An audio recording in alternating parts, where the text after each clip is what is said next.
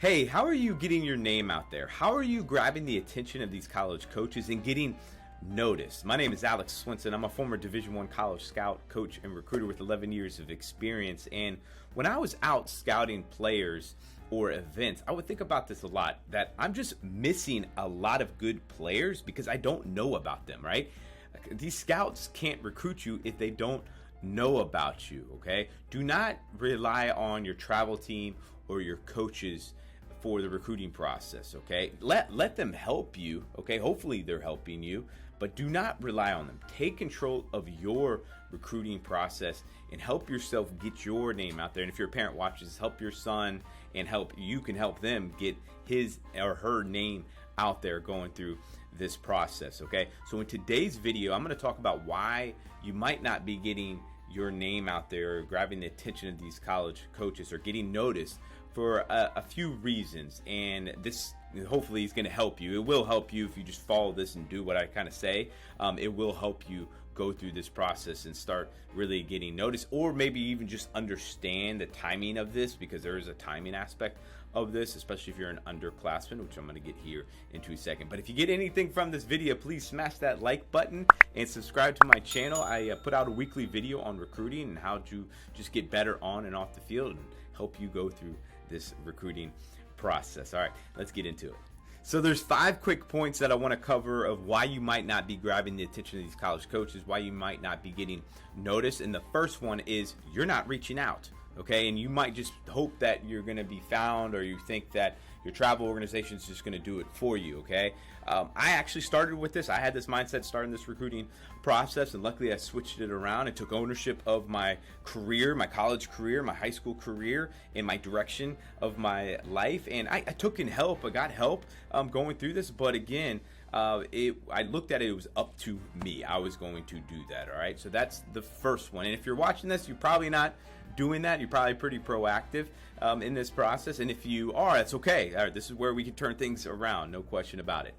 And number 2 is if you're sending out emails to these college coaches, it might be way too long, okay? These emails need to be condensed. These college coaches do not want to read a long email. Think of it as it's intimidating for them when they open up an email with everything that they have going on, and it's this long paragraph or 8 paragraphs of something about a player. They're like, no, they're not gonna read all of that. They have too much going on. It has to be short. It has to be concise, okay?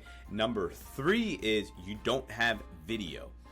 Video is so important. Your personal recruiting video is very important going through this process because it helps with exposure. And think of this as your personal recruiting video as your digital resume, showing these college coaches and highlighting your best skill sets on the field and off, academically and on the field as well.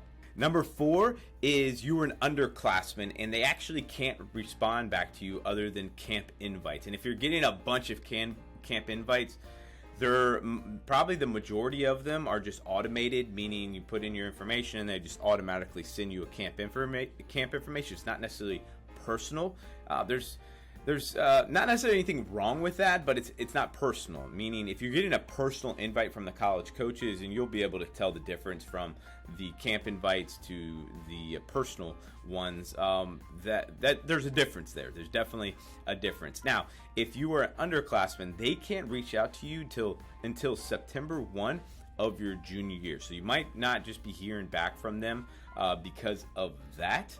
All right. And number 5 is if you're an upperclassman and you're not hearing back, if you're past September 1 of your junior year and you're not hearing back from anybody, you might be only reaching out to one level. Like, for example, a player that's only reaching out to Vanderbilt, to Florida, to Texas, to UCLA. Hey, there's nothing wrong to reaching out to those schools, okay? But you need to diversify, meaning you need to reach out to all different levels, mid-majors, lower division ones, D2s, D3s, because if you're not hearing anything back from these college coaches, maybe you have the email set up right, maybe you have your video set up right, and maybe you have your schedule there, and you have everything, and you have your metrics, your academics, you have everything these college coaches want, and you're not hearing anything back, I think it's the wrong level. Okay, I think it's the wrong level, and you need to go and change your level and work your way down.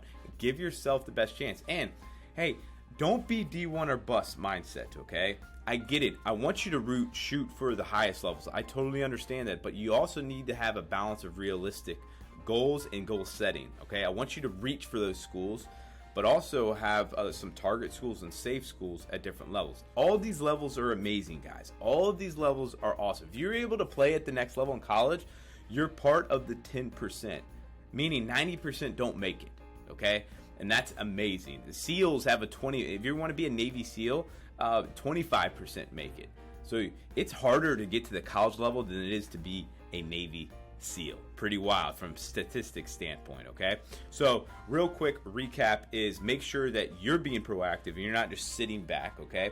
Number 2 is your email is not too long. Number 3 is you actually have good video, a highlight video, and you actually have a video, okay? Number 4 is you might be an underclassman and you might just not be, the timing might not be right. Although these college coaches can eventually talk to you as an underclassman, but they might be waiting and they can't, from an email and text perspective, they can't respond to you, only camps, okay? So that's number 4. And number 5 is an upperclassman reaching out just to the wrong level. Meaning maybe you're going only Power 5s, all right, or only Division 1s, where you can go Division 2s and Division 3s, NAIA and JUCO. So make sure that you're looking over these points and seeing where you can adjust. I hope this helps. Comment down below or email me. You can take a look at the descriptions and let me know if you have any questions. I'll see you in the next video. Take care.